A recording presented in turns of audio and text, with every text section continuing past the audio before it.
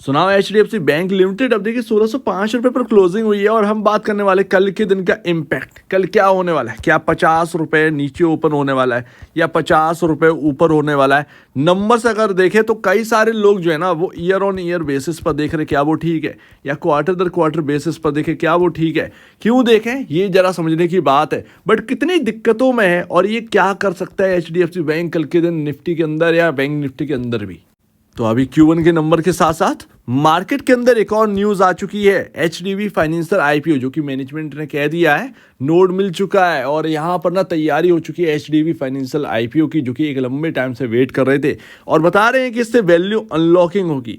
Let's see, ये Q1 के number के टाइम आया है जो कि थोड़ा सा यहाँ पर ना मार्केट है जो सोच रहा है Q1 के बारे में, थोड़ा वहां से साइड हटाने की कोशिश है HDB फाइनेंशियल की एक खबर से। तो अभी जो Q1 के नंबर आए हैं उनको क्वार्टर दर क्वार्टर बेसिस पर देखें या ईयर ऑन ईयर बेसिस पर देखें, कौन से देखें भैया। ईयर ऑन ईयर बेसिस पर नहीं देख सकते क्योंकि 13 जुलाई तो रिकॉर्ड डेट थी मर्जर की, ठीक है ना। तो ऐसे में कैसे वो क्वार्टरली में आपका जो है इम्पैक्ट पड़ा होगा। Q1 में तो कोई असर आया ही नहीं है मर्जर का, इवन Q2 में असर नहीं आया मर्जर का, Q3 से असली मर्जर का यहाँ पर जो है ना इम्पैक्ट पड़ा है HDFC बैंक के अंदर। तो इस बात को भी समझना जरूरी है। तो आप क्वार्टर दर क्वार्टर बेसिस पर देखिए, ईयर ऑन ईयर बेसिस पर नहीं। ईयर ऑन ईयर बेसिस पर देखेंगे तो नंबर बहुत अच्छे लगेंगे, बहुत प्यारे लगेंगे, बट उसका कोई मतलब नहीं है। क्वार्टर दर क्वार्टर बेसिस पर देखेंगे तो मर्जर का इम्पैक्ट देखने को मिलेगा और अभी HDFC बैंक जो है वो मर्जर से जूझ रहा है। तो अभी Q1 के अंदर हुआ क्या है जरा ये समझते हैं। तो Q1 में कमी क्या है, देखिए टोटल इनकम जो है ना वो आपका डाउन है, ठीक है, क्वार्टर दर क्वार्टर बेसिस पर, राइट।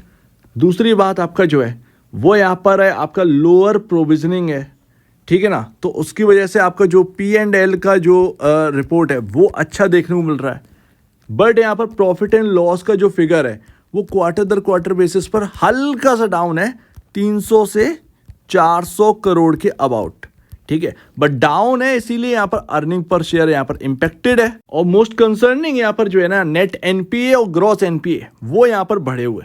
नेट NPA जो है वो आपका 0.39% तक पहुंच गया है क्वार्टर दर क्वार्टर 0.33 से बढ़कर।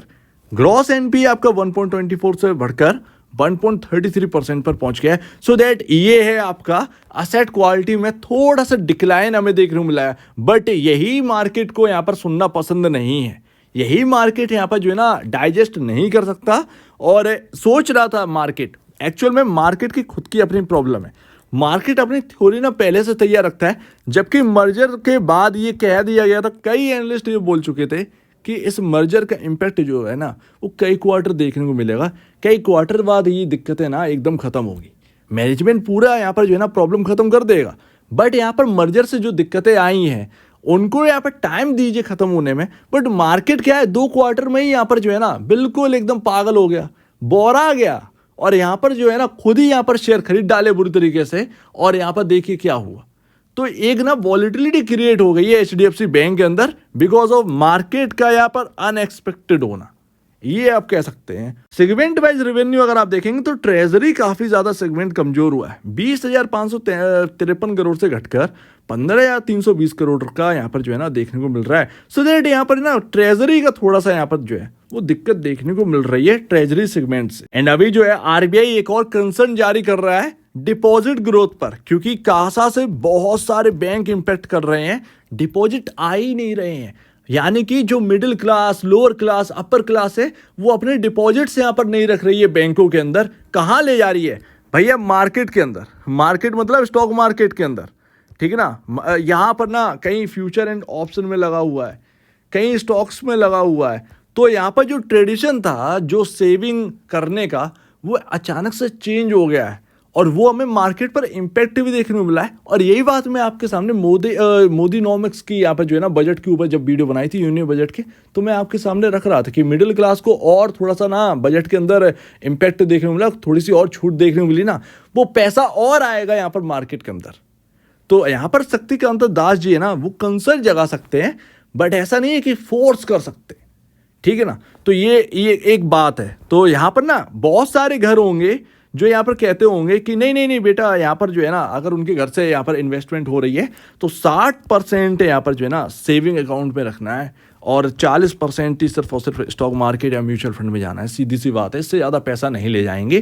पैसा सेविंग में ज़रूरी है, पता नहीं क्या हो जाए मार्केट के अंदर। बहुत अच्छा है यहाँ पर जो है ना वो फैमिलीज़ हैं जो ये कर रही हैं। कुछ फैमिलीज हैं कि नहीं 90% आपका जो है ना मार्केट में होना चाहिए, 10% ही जो है वो हम बचा कर रखेंगे, जरूरत पड़ गई तो ठीक है।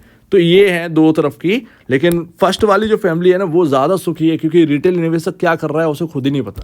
एक्चुअल में कोई खरीद ही नहीं रहा मार्केट के अंदर, सिर्फ रिटेल भरे जा रहा है और एक डीप रेड कैंडल बनेगी और इतने में रिटेल का जो भेजा है ना वो सब उड़ा के रख देंगे। तो अभी हल्के से यहाँ पर जो है ना पॉइंट बिगड़ते हुए नजर आ रहे हैं। HDFC बैंक है, बट ध्यान रखिएगा इंडिया की लार्जेस्ट बैंक हमेशा रहेगी प्राइवेट बैंकिंग में। और HDFC बैंक को कुछ इस तरीके से मत देखिए कि प्रॉब्लम वाली बात होगी। HDFC बैंक एक स्टेटस है, यहाँ पर अकाउंट होना, ठीक है ना, एक स्टेटस है समाज के अंदर, ये ध्यान रखिएगा। HDFC बैंक में हर एक का अकाउंट नहीं है, ये स्टेटस है। लाइक एप्पल आप लेते हैं, खरीदते हैं एप्पल का फ़ोन, एक स्टेटस सिंबल है, ठीक है। बट यहाँ पर जो है ना बैंकिंग में अगर आप देखेंगे तो SBI कोई स्टेटस सिंबल नहीं है। HDFC बैंक के अंदर अकाउंट होना ये स्टेटस है इंडिया के अंदर। तो आप चाहे हाँ करें या ना करें, बट आप HDFC बैंक को कभी पीछे नहीं पाएंगे। कुछ वक्त हो सकता है कि यहाँ पर लीडरशिप छुन जाए, बट आने वाले टाइम में देखिएगा कितना तेजी से एक झटके में ये लीडरशिप हासिल करते हैं। तो अभी का प्रॉब्लम है, लेकिन आगे कोई प्रॉब्लम नहीं है, कहने की बात है। बट यहाँ पर जो है ना प्राइसेस यहाँ पर ध्यान रखिए, जो अभी दिक्कतें आ रही हैं मर्जर से, ध्यान रखिएगा कि लोअर प्राइसेस पर मिल जाए, ज़्यादा बेहतर है। अभी हाल फिलहाल में 1380 के अराउंड यहाँ पर जो है ना लोअर प्राइसेस पर मिला ही था। तो अगर यहाँ पर 1500 1400 के अराउंड यहाँ पर रखेंगे और कुछ कंसोलिडेशन होगा तो ज़्यादा बेहतर है। एंड लास्ट देखिए, पैटर्न तो ब्रीच हो चुका है। पैटर्न जो एक है बहुत ही बढ़िया देखने को मिल रहा था, जो कि कह रहा था कि 2100 तक का यहाँ पर जो है ना नज़र आ सकते हैं लेवल्स, बट वो पैटर्न जो है वो फेल हो गया और ऑल टाइम हाई हम लोगों ने निकाला, देखा भैया ऑल टाइम हाई निकला, बट वो ऑल टाइम हाई निकला अच्छी तरीके से नहीं, एक गैप क्रिएट कर दिया मार्केट के अंदर। और उसके बाद यहाँ पर जो है ना यहाँ पर जो एक जो हाई है वो आपका निकलता हुआ दिखा है। ये देखिए, ये गैप है, ठीक है। अगर आपको याद हो 10% शायद ऊपर खुला था, 10 या 5% ऊपर खुला था। तो ये इस तरीके से ऑल टाइम हाई निकला था, 1800 के लेवल छुए थे, बट वहीं से गिरते चले गए। तो ये एक सोचा समझा यहाँ पर जो है ना प्लानिंग थी, आप कह सकते हैं। एंड लास्ट मूविंग एवरेजेस क्या कह रहे हैं भैया, 1560 और 1537 37 1560 1537 ये मूविंग एवरेजेस के लेवल। ये 1537 के नीचे जब क्लोजिंग देना, वो सबसे यहाँ पर ना एक खराब क्लोजिंग मानी जाएगी। ये ध्यान रखिए कल के दिन। तो कल के दिन देखिएगा कि इंटरडे में हो क्या रहा है, ठीक है ना। अदरवाइज यहाँ पर अगर 1537 के नीचे क्लोजिंग दे रहे हैं, ठीक है ना, तो नेक्स्ट डे देखिएगा, क्योंकि ये हर्डल बहुत बड़ा है 1560 1537, और कहीं ना कहीं तैयारी होगी फिर और लोअर लेवल देखने की। तो कल के दिन देखना है। अभी आप यहाँ पर ना पूरा पता नहीं कर सकते, बट नंबर देख के ये लग रहा है कि 50-60 रुपये तो नीचे ओपन हो ही जाएगा। आप देखते हैं कल ओपन होता है या नहीं होता है, बट अपॉर्चुनिटी ढूंढिए लोअर लेवल पर HDFC बैंक के अंदर, क्योंकि HDFC बैंक इंडिया के अंदर एक स्टेटस है और उसको मेंटेन करना हर कोई चाह रहा है और हर कोई की बस की बात नहीं है। तो अभी जो प्रॉब्लम है ना वो आगे नहीं है, और उसमें ही आपको जो है अपॉर्चुनिटी देखने को मिलेगी। लेकिन अगर एक बार सही सारी दिक्कतें सही होगी तो खाक अपॉर्चुनिटी आपको देखने को मिलेगी। तो ये सारी बात है। सो उम्मीद है काफ़ी कुछ आपको समझ में आया होगा। एक बार निवेश से पहले या बेचने से पहले अपने ब्रोकर एडवाइस से जरूर सलाह लीजिएगा। खुद की स्टडी करिएगा, उससे बेहतर कुछ भी नहीं, खुद की स्टडी मस्ट है। तो आप दीजिए वीडियो देखने के लिए बहुत धन्यवाद दोस्तों।